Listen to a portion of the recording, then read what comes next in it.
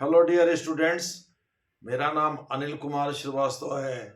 मैं बहुत सारे वीडियो बनाता रहता हूँ ये जो कि आईएएस पीसीएस के साथ साथ जीएस किसी भी कैटेगरी का हो, कोई भी एग्ज़ाम हो, और स्टेट पीसीएस चाहे वो किसी भी कैटेगरी किसी भी राज्य का हो, और सबऑर्डिनेट सर्विसेज चाहे वो राज्य के अधीन किसी भी सेवा के लिए हो या केंद्र के अधीन हो या दिल्ली के द्वारा रिक्रूट किए जाने वाले हों, इन सब के लिए यहाँ तक कि जो सीयूईटी है यानी जो एलएलबी एंट्रेंस वगैरह के लिए बच्चे जीएस वगैरह पढ़ते हैं या क्लैट के लिए बच्चे जीएस पढ़ते हैं, उन सब में उपयोगी है।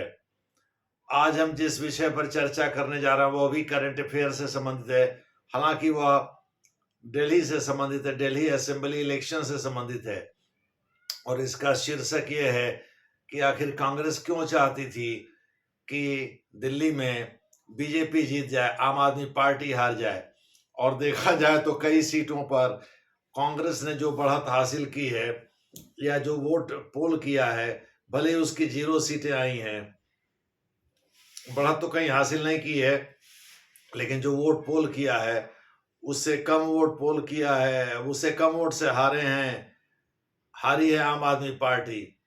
मोटे तौर पर हम कह सकते हैं कि जनता का रिएक्शन क्या होता अगर कांग्रेस और आप दोनों मिलकर के चुनाव लड़ते बीजेपी के विरुद्ध, इसके बारे में तो हम कह नहीं सकते कि इतना भी आता कि नहीं। लेकिन यह सही है कि कांग्रेस ने जो वोट पोल किया है यानी जितना वोट पाया है उसी के आसपास के अंतर से अधिकांश आम आदमी पार्टी के लोग चुनाव हारे भी हैं, और बीजेपी दिल्ली में सत्ता पर काबिज हो गई है, काबिज होने जा रही है।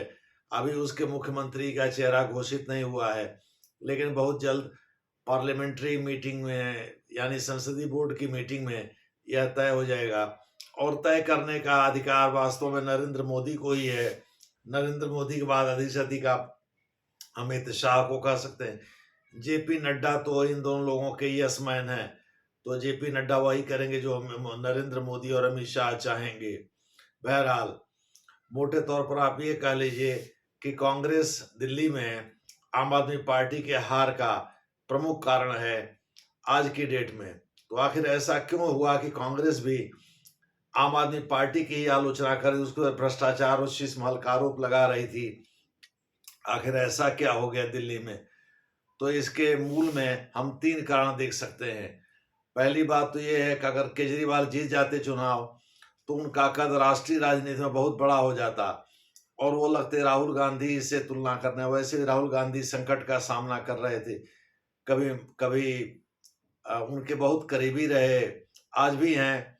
लालू प्रसाद यादव जी ममता बनर्जी के लिए बैटिंग कर रहे थे, अखिलेश यादव भी ममता बनर्जी के लिए बैटिंग कर रहे थे। उन्होंने तो आम आदमी पार्टी का, दोनों लोगों ने आम आदमी पार्टी का प्रचार भी किया था दिल्ली में। तृणमूल कांग्रेस की तरफ से भी प्रचार किया गया था और अखिलेश यादव की तरफ से भी शिवसेना ने सपोर्ट किया था, भले ही प्रचार नहीं किया था। शिवसेना ने सैद्धांतिक सपोर्ट दिया था आम आदमी पार्टी को।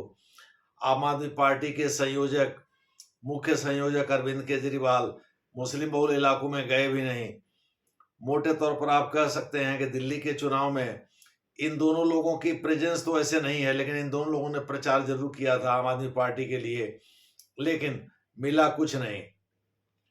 तो कांग्रेस को जो वोट मिले हैं वो क्यों चाहती थी कि भाई या तो हम चुनाव जीत जाएं, दिल्ली में रहने वाले जो खास करके दलित समुदाय और मुस्लिम समुदाय के लोग हैं वो लोग कांग्रेस को सपोर्ट करें, या तो आम आदमी पार्टी को हरा दें। इसका प्रमुख कारण ये है कि अगर दिल्ली में आम आदमी पार्टी आ जाती सत्ता में तो लगती राहुल गांधी से कंपैरिजन करने, अरविंद केजरीवाल खास करके, और राष्ट्रीय राजनीति में उनका कद बड़ा हो जाता, लगते उछल कूद मचाने, कुलाचे मारने, और इससे राहुल गांधी को दिक्कत होती। राहुल गांधी राष्ट्रीय राजनीति करते हैं, राष्ट्रीय राजनीति में उनकी भूमिका गौण हो सकती थी। दूसरा, अधिकांश राज्यों, चाहे वो दिल्ली हो, चाहे हरियाणा हो, चाहे वो गुजरात हो, चाहे गोवा हो, सब जगहों पर, या हिमाचल प्रदेश हो, सब जगहों पर आम आदमी पार्टी ने ही कांग्रेस को कमजोर किया, यानी उसी के वोट बैंक में सेंध लगाई। दूसरे शब्दों में आम आदमी पार्टी ने 12% वोट जैसे प्राप्त करके गुजरात में भले ही 5 सीटें जीती, लेकिन लेकिन कांग्रेस को 17 सीटों पर ला दिया। कांग्रेस इस स्थिति में थी कि 68 सीट जीतने वाली कांग्रेस उसके इसके पहले वाले चुनाव में इस बार 17 सीटें ही जीत पाई और 182 संभवतः स्ट्रेंथ है गुजरात विधानसभा की, उसमें मुख्य विपक्षी पार्टी का दर्जा भी खो दिया। मोटे तौर पर आप कह सकते हैं कि कांग्रेस ने हरियाणा में भी कांग्रेस को कमजोर किया, वहां सत्ता में आते आते रह गई। दिल्ली में बिल्कुल ही कमजोर किया आम आदमी पार्टी ने कांग्रेस को, और मध्य प्रदेश में भी कमजोर किया, हिमाचल प्रदेश में भी कमजोर किया। इस पर गोवा में उसके 2 विधायक हैं, वहां भी उसने अच्छा खासा सेंध लगाया कांग्रेस के वोट बैंक में। तो ये पंजाब में तो कांग्रेस को रिप्लेस करके ही आम आदमी पार्टी सत्ता में आई थी, वहां बीजेपी तो कभी थी नहीं। तो मोटे तौर पर आप कह सकते हैं कि आम आदमी पार्टी से कांग्रेस को सीधा खतरा था, खास करके राष्ट्रीय राजनीति में। इस वजह से आम आदमी पार्टी को कांग्रेस हारते देखना चाहती थी। दूसरा कारण आपको बता दिया, अधिकांश राज्यों में आम आदमी पार्टी ने कांग्रेस को हरा करके या उसके वोट बैंक में सेंध लगा करके ही कांग्रेस को कमजोर किया था। और तीसरा कारण, 3 कारण बताए थे, तीसरा कारण क्षेत्रीय दलों को कांग्रेस देखना पसंद नहीं करती है। क्षेत्रीय दल में एकमात्र आम आदमी पार्टी एक ऐसी पार्टी थी जो 2 राज्यों में काबिज थी, दिल्ली और पंजाब, और कांग्रेस देखना नहीं चाहती थी। वो नहीं चाहती थी कि भाई क्षेत्रीय दल ज्यादा उभरे, चूंकि क्षेत्रीय दल अगर ज्यादा उभरेंगे, अगर वो राष्ट्रीय पार्टी बनेंगे तो कांग्रेस से सीधी प्रतिस्पर्धा शुरू हो जाएगी। इसे तीसरा कारण, हालांकि ये पहले 2 कारणों से भी जुड़ा हुआ है, इसे तीसरा कारण भी आप कह सकते हैं। तो इस प्रकार से आम आदमी पार्टी, जो कि अब एक राष्ट्रीय पार्टी, 4 राज्यों में 6% से ज्यादा, यानी जो वैलिड वोट्स पोल्ड हुए, यानी जो वैध मतदान हुए, उसका 6% से ज्यादा अगर कोई पार्टी पा जाती है 4 राज्यों में, तो राष्ट्रीय पार्टी का दावा कर सकती है। इसमें आम आदमी पार्टी को चुनाव आयोग ने राष्ट्रीय पार्टी का दर्जा दे भी दिया है, और ज्यादातर जगहों पर वो कांग्रेस को ही नुकसान पहुंचा रही थी, उसी के वोट बैंक में सेंध लगा रही थी। तो कांग्रेस का भी ये रवैया रहा है कि वो क्षेत्रीय दलों को ज्यादा पसंद नहीं करती है, इसीलिए कुछ क्षेत्रीय दल उससे छिटक भी रहे हैं। लेकिन यानी सेंट्रिस्ट पार्टी जो भी है, चाहे बीजेपी हो चाहे कांग्रेस हो, वो नहीं चाहती क्षेत्रीय दल ज्यादा उभरे, चूंकि ये उनके लिए खतरा बन सकते हैं लॉन्ग रन में। इस वजह से कांग्रेस हो या बीजेपी हो, ये दोनों आपस में निपटे, ये दूसरी बात है, लेकिन ये नहीं चाहते क्षेत्रीय दल का उभार एक सीमा से ज्यादा हो। वो तो मजबूरी में कांग्रेस ने क्षेत्रीय दलों के साथ गठबंधन कर रखा है। तो ये तीसरा कारण हो सकता है, जो पहले 2 कारण से जुड़ा हुआ है।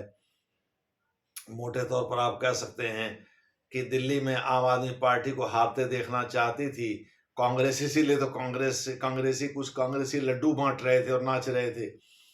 मोटे तौर पर इसमें कांग्रेस को क्या खुशी मिली? कांग्रेस तो 0 पर सिमट गई, जैसे पहले 2 चुनाव में थी, 2015-2020 में। लेकिन उनको इस बात की खुशी थी कि दिल्ली से आम आदमी पार्टी की विदाई हो गई, और अरविंद केजरीवाल सिविल लाइन से खुद ही अपना चुनाव, नई दिल्ली से, सिविल लाइंस भी नई दिल्ली में ही आता है, वहां से अपना खुद चुनाव प्रवेश वर्मा के हाथों हार गए। तो मोटे तौर पर आप कह सकते हैं कि कांग्रेस इतने भर से खुश थी, भाई अब उसकी मुख्य विपक्षी यानी विरोध जिसका करना है वो बीजेपी है, और चूंकि सेक्युलरिज्म का चोला ओढ़े हुए है कांग्रेस, तो उसको भरोसा है आने वाले समय में लोग इससे कन्विंस होंगे और बीजेपी बुरी तरह से इस मामले में परास्त होगी, हारेगी। लेकिन क्षेत्रीय दल अगर आते हैं तो वो रोड़ा अटका सकते हैं उस मार्ग में, सत्ता प्राप्ति के मार्ग में। इस वजह से कांग्रेस चाहती थी कि दिल्ली में आम आदमी पार्टी पराजित हो जाए, और इसीलिए कांग्रेस के कार्यकर्ता 0 सीट आने के बाद भी खुश हैं दिल्ली में। देखना है कि अगले विधानसभा चुनाव या लोकसभा चुनाव में कांग्रेस क्या करती है। धन्यवाद।